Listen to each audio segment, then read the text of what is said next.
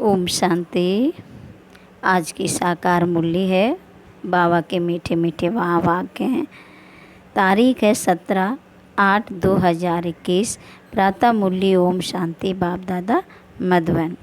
आज बाबा कहते हैं, मीठे बच्चे, बाप और वर्षे को याद करने में तुम्हारी कमाई भी है तो तंदुरुस्ती भी है, तुम अमर बन जाते हो।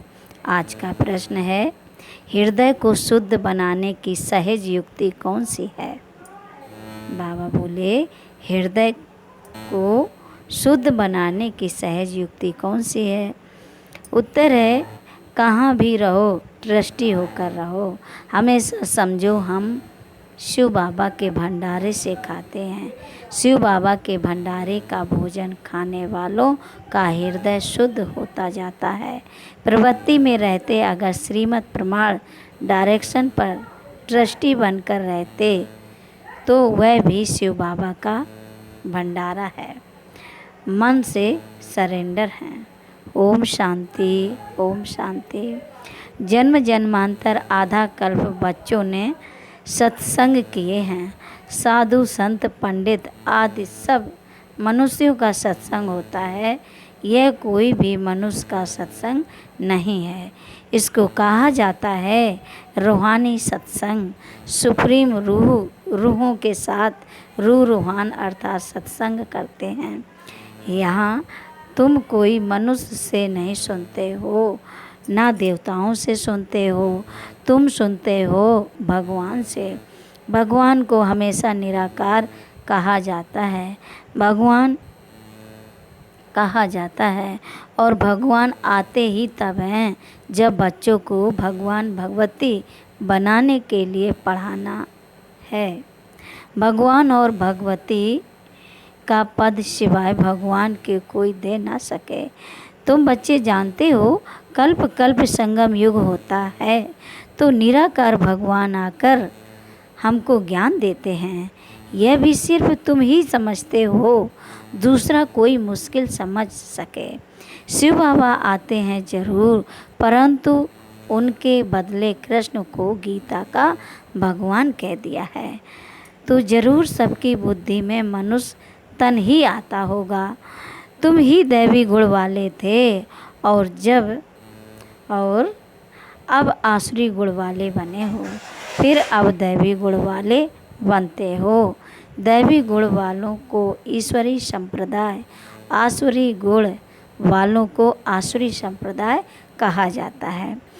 अब निराकार बाप निराकार संप्रदाय अर्थात आत्माओं को पढ़ाते हैं, इसलिए कहा जाता है ईश्वरी संप्रदाय अथवा रूहानी संप्रदाय।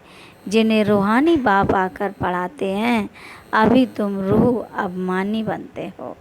अभी तुम रूह अभिमानी बनते हो। हम आत्मा हैं। रूह अभिमानी बनते हो, हम आत्मा हैं।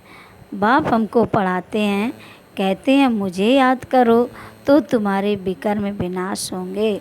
रूहों को ही पढ़ाते हैं, वही नॉलेजफुल हैं और ऋषि मुनि आदि तो सब नेति नेति कहते गए। अर्थात हम रूहों को नहीं जानते हैं। जब तक वह ज्ञान सागर सम्मुख ना आए तो ज्ञान कैसे समझाए? यह अच्छी रीति समझने की बातें हैं। हमको कोई मनुष्य नहीं पढ़ाते हैं, हमको बाप पढ़ाते हैं। वह है बेहद का बाप निराकार। यह भी बच्चों को समझाया है, साकार और निराकार दो बाप हर एक को होते हैं। एक रूहानी और दूसरा जिस्मानी। रूहानी बाप ही आकर रूहों को पावन बनाते हैं। तुम जानते हो हम पावन थे, पतित बने, फिर पतित से पावन कैसे बनते हैं? चित्र भी सामने है। बाबा राय देते हैं कि घड़ी घड़ी चक्र के सामने जाकर बैठो तो बुद्धि में सारा ज्ञान आ जाएगा कि हम अभी संगम युग पर बैठे हैं और सभी अपने को कलयुग में समझते हैं। कलयुग को घोर अंधियारा कहा जाता है। अभी तुम हो संगम पर, अभी तुमको रोशनी है सतयुग में फिर तुमको यह ज्ञान नहीं मिलता है। बाप जब आते हैं तभी घोर सोजरा होता है। यह संगम युग है ही कल्याणकारी युग। यह संगम युग है ही कल्याणकारी युग। इन जैसा युग कोई होता ही नहीं। जबकि बाप आते हैं सतयुग को कल्याणकारी नहीं कहेंगे। जबकि बाप आते हैं सतयुग को कल्याणकारी नहीं कहेंगे। वहाँ किसका कल्याण नहीं होता है, कल्याण संगम पर ही होता है। सतयुग में तो है ही कल्याण, संगम पर कलयुग को सतयुग कल्याणकारी बनाते हैं। संगम पर कलयुग को सतयुग कल्याणकारी बनाते हैं। तो अब तुम्हारा देखो कितना कल्याण होता है। सिर्फ बाप और वर्षे को याद करने में कितनी तुम्हारी कमाई है। कमाई भी है, कमाई की कमाई भी है और तंदुरुस्ती की तंदुरुस्ती भी है। तुम्हारा जीवन अमर बनता है, तुम्हारी कभी अकाले मृत्यु नहीं होती है। तो बच्चों को कितनी खुशी रहनी चाहिए, क्योंकि तुम्हारी बुद्धि में सारी नॉलेज है। यहाँ तुम बच्चे आते हो तो पुरुषार्थ कर म्यूजियम में चित्रों पर समझाने के लिए लायक बनना चाहिए। म्यूजियम माने प्रदर्शनी में समझाने के लायक बनना चाहिए। अपने को लायक बनाने के लिए 7-8 रोज बैठकर सीखो। प्रैक्टिस हुई झट भागा सर्विस पर, सर्विस करके फिर लौट आए। यह सीखना तो बहुत सहज है। चित्र को सामने देखने से ही बुद्धि में आ जाता है कि हम संगम पर बैठे हैं। आज की दुनिया में बहुत मनुष्य हैं, कल बहुत थोड़े होंगे। इतने यह सब वापस जाने हैं, इतने यह सब वापस जाने हैं। अभी बाप स्वयं आए हैं। बच्चों को कितनी इज्जत रखते हैं, बच्चों की कितनी इज्जत रखते हैं। दूर देश का रहने वाला आया देश पर आए। रावण का देश पराया देश है ना। राम के देश में तो कभी रावण आ ना सके। इस पर एक कहानी अथवा कथा भी सुनाते हैं। जो भी कथाएं सुनते हैं वह सब हैं कहानियाँ। ना तो कहानियों में कोई सार है, ना नॉवेल्स में कोई सार है। नॉवेल्स भी कितने ढेर बिकते हैं, सिर्फ नॉवेल्स बेचने वाले लखपति हो जाते हैं, बेचने वाले लखपति हो जाते हैं। बाबा कहते हैं अभी तुम बच्चों की परवरिश तो बाप के हाथ में है। बस तुम ही से खाऊं, अर्थात तुम्हारे ही भंडारे से खाऊं। तुम्हारी सारी परवरिश यहाँ ही होती है। जो सरेंडर हो जाते हैं उनकी परवरिश तो होती ही है, लेकिन जो मन से भी समझते हैं कि यह सब कुछ ईश्वर का, बाप का है, मैं ट्रस्टी हूँ, हम श्रीमत पर ही चलकर खर्चा आदि करते हैं, ऐसे जो समझते हैं वह भी शिव बाबा के भंडारे से खाते हैं। शिव बाबा के भंडारे से खाने से हृदय शुद्ध होता है। ऐसे नहीं कि वह शिव बाबा के भंडारे से नहीं खाते हैं। बाप के डायरेक्शन पर चलने वाले भी जैसे कि बाप के भंडारे से खाते हैं। जिस भंडारे से खाया वह भंडारा भरपूर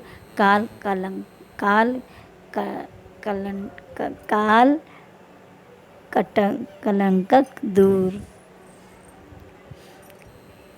काल कलंटक दूर। उसके बाद तुम कभी भी अकाले मृत्यु को नहीं पाएंगे। इस समय ही शिव बाबा आते हैं, उनकी महिमा भी गाई हुई है। शिव जयंती भी मनाते हैं, परंतु उनका भंडारा कैसे होता है यह कोई भी नहीं जानते हैं। बाबा भी बरोबर आते हैं ना। बच्चे जो भी आते हैं उनको शिव बाबा के भंडारे से खाना मिलता है। अच्छा, मेल सरेंडर होता है तो ठीक है, अगर वह सरेंडर नहीं होता तो माताएं क्या करें, क्योंकि कमाई है पति की, वह तो सरेंडर होता नहीं। वह तो जब आमदनी करे तब स्त्री खाए। हाँ, जोड़ा सरेंडर है। हाँ, जोड़ा सरेंडर है तो फिर शिव बाबा के भंडारे से परवरिश हो सकती है। जोड़ा यानी दोनों लोग चलते हैं अगर ज्ञान में, तो शिव बाबा के भंडारे से परवरिश हो सकती है। यह बाप बच्चों को अच्छी रीत समझाते हैं। बुद्धि में रखना है, हम बाप के पास बैठे हैं। जब तक कर्मातीत अवस्था हो जाए, दिन प्रतिदिन हम अपने स्वराज्य के नज़दीक आते जाते हैं। समय बीतता जाता है, तुम नज़दीक आते जाते हो। सतयुग के पहले वर्ष में अब कितने वर्ष कहेंगे, अब कितना नज़दीक आ गए हैं। बाप कहते हैं, बच्चे अब तुम्हारा 84 का चक्र पूरा होता है। तुमने अब 84 जन्मों के चक्र को जाना है। चक्र को देखने से ही कहेंगे हम अभी संगम पर हैं। इस तरफ है कलयुग, उस तरफ है सतयुग। कल हम अपने सुख धाम में होंगे। दुनिया को पता नहीं है, वह तो बिल्कुल ही घोर अंधियारे में हैं। तुम बच्चों को बहुत खुशी होनी चाहिए। बेहद के बाप से हम 21 जन्म की कमाई करते हैं, सदा सुख का वर्षा पा रहे हैं। यह खुशी रहती है। स्वर्गवासी बनना यह तुम्हारी ही तकदीर में है। स्वर्ग एक वंडरफुल चीज़ है। जैसे 7 वंडर्स दिखाते हैं ना, यह तो सबसे बड़ा वंडर है। चित्र भी है वंडरफुल स्वर्ग के। यह लक्ष्मी नारायण स्वर्ग के मालिक थे, इसलिए बाबा ने लिखा था ऊपर में सूर्यवंशी का लिखो, उसके नीचे चंद्रवंशी का लिखो, तो आधा कल्प पूरा हो जाएगा। सूर्यवंशी चंद्रवंशी 1250 वर्ष, तो फिर लाखों वर्ष की तो बात ही उड़ जाए। वहाँ बाहुबल में कितना खर्चा होता है, यहाँ शुरू से लेकर अंत तक कुछ भी खर्चा नहीं होता। यह तो बाप और बच्चों का हिसाब है, खर्चे की बात ही नहीं। यहाँ बच्चे आकर रिफ्रेश हो, इसलिए मकान आदि बनाते हैं, बच्चों का ही पैसा है। सो भी कितने दिन तो पास हो गए। सो भी कितने दिन तो पास हो गए, बाकी थोड़े दिन हैं, खर्चा कुछ भी नहीं। तुम जीवन मुक्ति पाते हो बगैर कौड़ी खर्चे। इसमें सिर्फ मेहनत की बात है। भगवान को तो सब भक्त याद करते हैं, परंतु यह नहीं जानते कि भगवान कौन है। भगवान को ना जानने के कारण बहुतों को भगवान मान लेते हैं। अब तुम बच्चों को सच्चे बाप का परिचय देना है। बाबा ने कितनी बार समझाया है, बड़े बड़े चित्र मुख्य स्थानों पर लगाओ। जैसे एरोड्रम है, एरोड्रम वाले क्या लेंगे, उनको समझाओ, यह तो सब मनुष्यों के कल्याण के लिए हैं। इनको समझने से ही मनुष्य बाप से वर्षा ले विश्व का मालिक बन सकते हैं। मुख्य है दिल्ली कैपिटल है ना, वहाँ सब इकट्ठे होते हैं। वहाँ टीन पर ऐसे बड़े बड़े चित्र हों। मुख्य है ही त्रिमूर्ति, गोला और झाड़। यह सीढ़ी तो कमाल की है, इसमें विनाश आदि भी अच्छी रीति लिखा हुआ है। और पतित पावन परम पिता